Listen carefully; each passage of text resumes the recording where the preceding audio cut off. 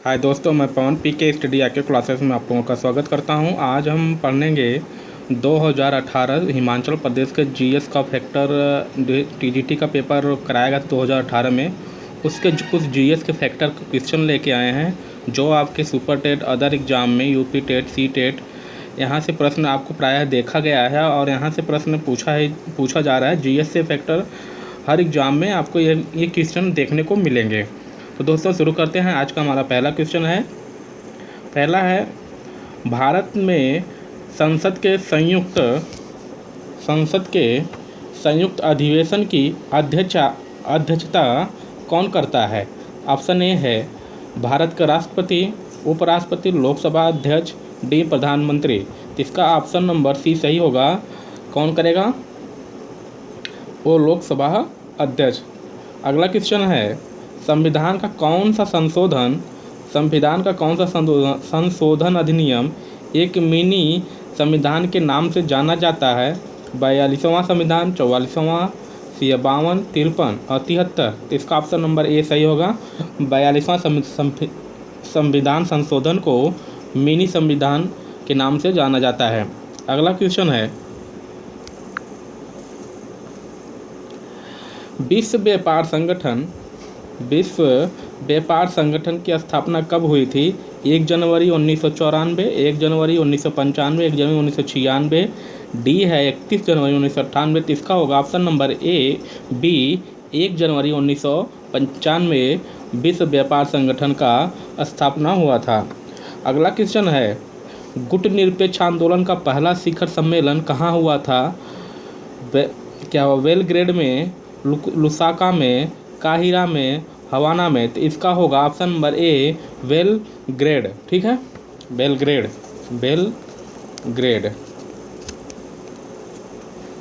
ठीक, चलते हैं अगले क्वेश्चन की तरफ। अगला है, काली मिट्टी किस फसल को बढ़ाने के लिए अच्छी होती है? कौन सा ऑप्शन ए है? चावल है, गेहूँ, सी है कपास। काली मिट्टी कपास के लिए सबसे उपयुक्त मानी जाती है। ठीक है, अगला क्वेश्चन है 74 नंबर, हिमाचल के किस शहर को हिमाचल का बनारस कहा जाता है? तो मंडी, बिलासपुर, ऊना, सोलन। ये होगा मंडी को हिमाचल का बनारस कहा जाता है। ठीक है, 75 नंबर है, भूकंप का मुख्य कारण क्या है? अपक्षरण, अनाच्छादन, विवर्तनिक बल, अपक्षय। ये होगा विवर्तनिक बल। ऑप्शन नंबर सी सही होगा। अगला क्वेश्चन हमारा है 76 नंबर, किस मौलिक अधिकार को डॉक्टर भीमराव अंबेडकर ने भारतीय संविधान की आत्मा और हृदय कहा है? ऑप्शन ए शोषण के विरोध अधिकार, धार्मिक स्वतंत्रता, सी समानता का अधिकार, संविधान के उपचारों का अधिकार को क्या कहा है? तो भारतीय संविधान का आत्मा और हृदय कहा है किसने? डॉक्टर भीमराव अंबेडकर ने। ठीक है, चलते हैं अगले क्वेश्चन की तरफ। अगला है 65 नंबर, भारत और अमेरिका का परमाणु करार किस नाम से जाना जाता है? भारत और अमेरिका का परमाणु करार किस नाम से जाना जाता है? 121 का समझौता, 123 का समझौता, 132 का, 124 का। ये 123 का समझौता भारत और अमेरिका के जो परमाणु युद्ध हुआ था, 123 का समझौता के नाम से जाना जाता है। ठीक है, अगला है 66 नंबर, कश्मीर में शालीमार और निशात बागों को किस मुगल सम्राट ने बनवाया था? अकबर ने, शाहजहां ने, जहांगीर ने, औरंगजेब ने। ये बनवाया था। ऑप्शन नंबर सी सही होगा इसका, जहांगीर ने बनवाया था। अगला क्वेश्चन है 67 नंबर, सांची का स्तूप किसने बनवाया था? समुद्रगुप्त में, बिंदुसार ने, चंद्रगुप्त में, अशोक ने। सांची का स्तूप किसने बनाया था? अशोक ने। ऑप्शन नंबर डी सही होगा इसका। ठीक है, चलते हैं अगले क्वेश्चन की तरफ। अगला क्वेश्चन है 68 नंबर, सिंधु घाटी के लोग किसकी पूजा करते थे? पशुपति, इंद्र, वरुण, ब्रह्मा, विष्णु। ये ऑप्शन नंबर ये सही होगा, पशुपति का ये पूजा करते थे सिंधु घाटी के लोग।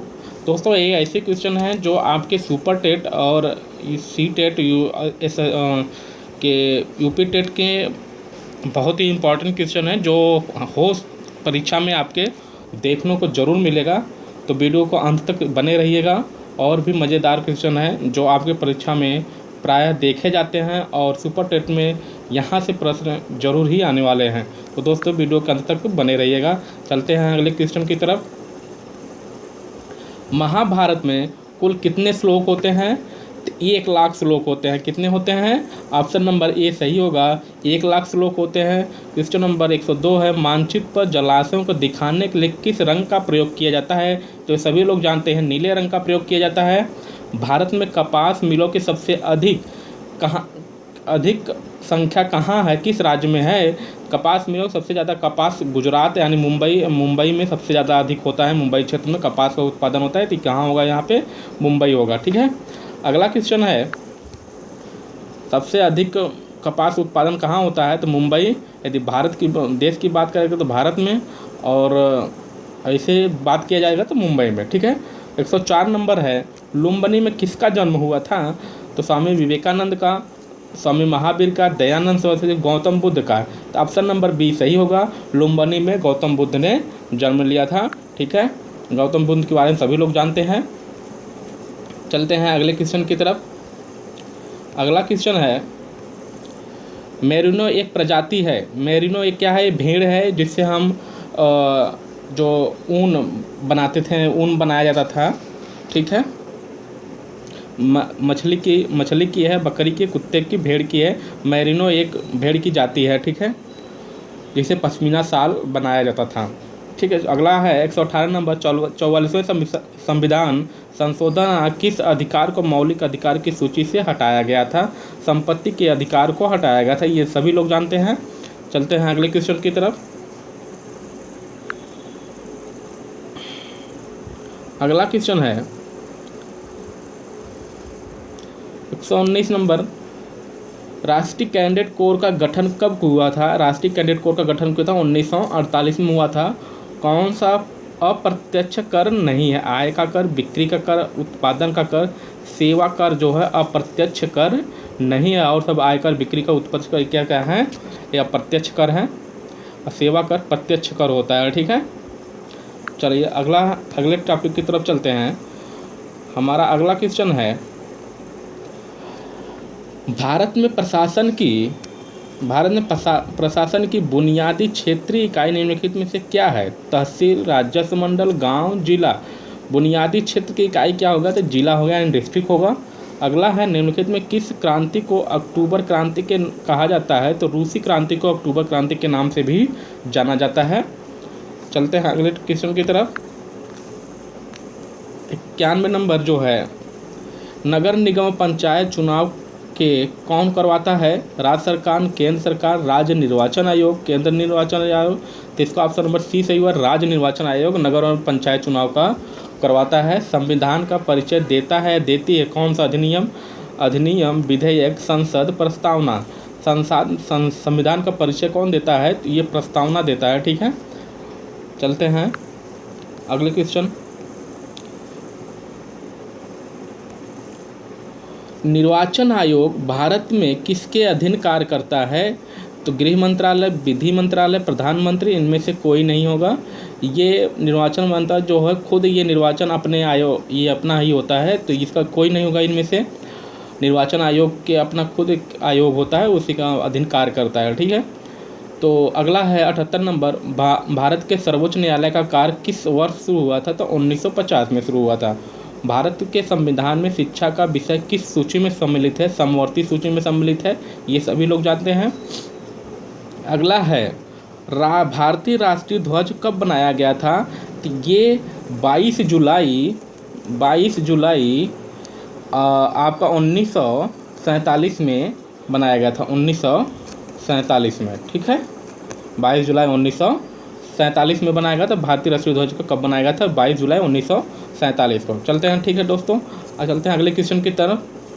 अगला है, पट्टन घाटी कहाँ स्थित है? पट्टन घाटी कहाँ स्थित है? तो ये है किन्नौर, सिरमौर में, कुल्लू में, लाहौल स्पीति में है। कहाँ है? ऑप्शन नंबर सी सही होगा इसका। वेदों की ओर लौटे यह प्रसिद्ध नारा किसने दिया था? स्वामी विवेकानंद ने, दयानंद सरस्वती, महात्मा गांधी, गोपाल कृष्ण घोष ने। ये दिया था दयानंद सरस्वती ने, वेदों की ओर लौटो। सती प्रथा पर पाबंदी कब लगाई गई थी? तो 1829 में। ठीक है। भारतीय वन्यजीव संरक्षण अधिनियम कब लागू हुआ था? भारतीय वन्यजीव संरक्षण अधिनियम कब लागू हुआ था? 1972 में। प्रायः इसी टेट और यूपी टेट में परीक्षा ये पूछा जाता है और सुपर टेट में भी पूछा गया है प्रश्न। ठीक है। चलते हैं अगले क्वेश्चन की तरफ। भारतीय संविधान की धारा 17 से क्या अभिप्राय है? तो छुआछूत 17 जो छुआछूत से समाप्त कर देना, छुआछूत को चलन वर्जित करना, छुआछूत को व्यवहार का एक अपराध है। ये ऑप्शन नंबर डी सभी सही होगा। 17 धारा में ये छुआछूत संबंधित नियम से ये विरोध करता है। अगला है, भारत में कौन सा क्षेत्र राष्ट्रीय आय का सबसे बड़ा स्रोत है?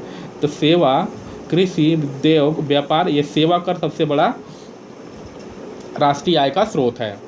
अगला है, सूर्य की चारों ओर पृथ्वी की गति को क्या कहा जाता है? परिक्रमण कहा जाता है। कांडला बंदरगाह कहाँ स्थित है? कांडला बंदरगाह कहाँ स्थित है? गुजरात में, महाराष्ट्र में, तमिलनाडु, आंध्र प्रदेश। यह होगा ऑप्शन नंबर ये सही होगा, गुजरात में। ठीक है। चलते हैं अगले क्वेश्चन की तरफ। भारत के राष्ट्रपति पद के न्यूनतम निर्धारित आयु कितनी होती है? तो राष्ट्रपति के लिए 35 वर्ष होता है। वर्नाकुलर प्रेस एक्ट किसने लागू किया था? लॉर्ड रिपन ने। ठीक है। लैप्स नीति को प्रारंभ किसने किया था? डलहौजी ने किया था। भरतनाट्यम किस राज्य का प्रसिद्ध नृत्य है? उत्तर प्रदेश। भरतनाट्यम ये होगा तमिलनाडु का। ठीक है। तो दोस्तों आज का वीडियो आपको कैसा लगा है? वीडियो कमेंट करके ज़रूर बताइएगा। और भी बहुत सारे क्वेश्चन हैं जो आपके परीक्षा में जीएस के परीक्षा प्राय आपको देखने को मिल सकते हैं, तो वीडियो के अंत तक बने रहिएगा। चलते अगला क्वेश्चन, मैकमोहन सीमा रेखा किन दो देशों के बीच स्थित है? तो भारत और चीन के बीच। पारछू झोल कहाँ पे स्थित है? तो ये होगा तिब्बत में होगा। जो पारछू झील है, पारछू झील है, ये झील नहीं होगा, ये झील होगा। ठीक है। लेक जिसे को तिब्बत में है। भारत का मैनचेस्टर किस शहर को कहा जाता है? ये भारत का मैनचेस्टर किसे कहा जाता है? अहमदाबाद को। 1972 में हुए शिमला समझौता पर हस्ताक्षर किसने किया था? इंदिरा गांधी और वोल्डीफर अली भुट्टो ने किया था।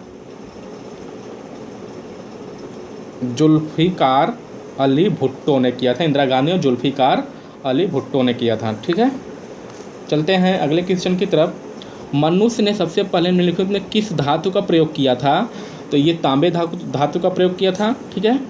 अविश्वास प्रस्ताव संसद के किस सदन में प्रस्तुत किया जाता है? तो दोनों सदनों में किया जाता है, लोकसभा और राज्यसभा दोनों सदनों में अविश्वास प्रस्ताव किया जाता है। ठीक है। वित्त आयोग का गठन भारतीय संविधान के किस अनुच्छेद के अंतर्गत किया जाता है? तो 280 के अंतर्गत। किस नदी को भारत में दक्षिण गंगा की नदी कहा जाता है? तो गोदावरी को दक्षिण का गंगा कहा जाता है। ठीक है। चलते हैं अगले क्वेश्चन की तरफ। अगला है, वर्ष 1969 में कितने बैंकों का राष्ट्रीय किया गया था? तो 14 बैंकों का किया गया था। नीति आयोग क्या है? एक परामर्शदाता निकाय है। नरोरा परमाणु ऊर्जा केंद्र किस राज्य में स्थित है? नरोरा जो है उत्तर प्रदेश में है। अधिक वर्षा वाले क्षेत्रों में पाए जाने वाले वनों को क्या कहते हैं? उष्णकटिबंधीय वर्षा वाले वन कहा जाता है। अगला है, बाबा कांसीराम को पहाड़ दी बुलबुल उपाधि किसने दी थी? तो सरोजिनी नायडू ने दिया था। ब्लैक पैगोडा स्थित है तो कहाँ है? महाबलीपुरम में है। महाबलीपुरम में है। कहाँ है? महाबलीपुरम में है ब्लैक पैगोडा। डाइट किस देश की संसद है? ये जापान की है। प्रधान यमोत्तर का मान कितना होता है? 0 डिग्री होता है। प्रधान यमोत्तर जो होता है 0 डिग्री पे होता है। ठीक है। अगला है आपका, ये सब इंपॉर्टेंट क्वेश्चन। ना अपली, ना वकील, ना दलील कथन किससे संबंधित है? ना अपली, ना वकील, ना दलील, यह कथन किससे? तो राउलेट एक्ट से संबंधित है। ठीक है। बलवंत राज मेहता समिति का संबंध किससे संबंधित है? पंचायती राज संबंध। बलवंत राज का किससे संबंधित है? पंचायती राज व्यवस्था से है। भारत में सूचना का अधिकार अधिनियम किस वर्ष लागू हुआ था? 2000। आरटीआई सूचना का अधिकार अधिनियम 2005 में। निम्नलिखित में से किसे भारत का पहला लोकपाल नियुक्त किया गया था? न्यायाधीश पीसी घोष को किया गया था। ऑप्शन नंबर सी सही होगा। ठीक है। अगला है, बाबा कांसीराम, ये तो हो गया था। ठीक है। ये वाला टॉपिक तो आपका हो गया था, रिपीट हो रहा है। चलते हैं अगले की तरफ। आशा की धातु मेटल, आशा की धातु किसे कहा जाता है? तो यूरेनियम को कहा जाता है। रुपये की चिन्ह की रचना किसने की थी? उदय कुमार ने की थी। टाकरी क्या है? टाकरी एक प्रकार की लिपि होती है। हिमाचल प्रदेश की सबसे उपजाऊ घाटी कौन सी है? तो बालाह घाटी है, बालाह घाटी है। ठीक है, अगला है हाटकोटी विचार और सराहन के बीच क्या समानता पाई गई? देवी की पूजा का स्थान। ठीक है, देवी की पूजा का स्थान।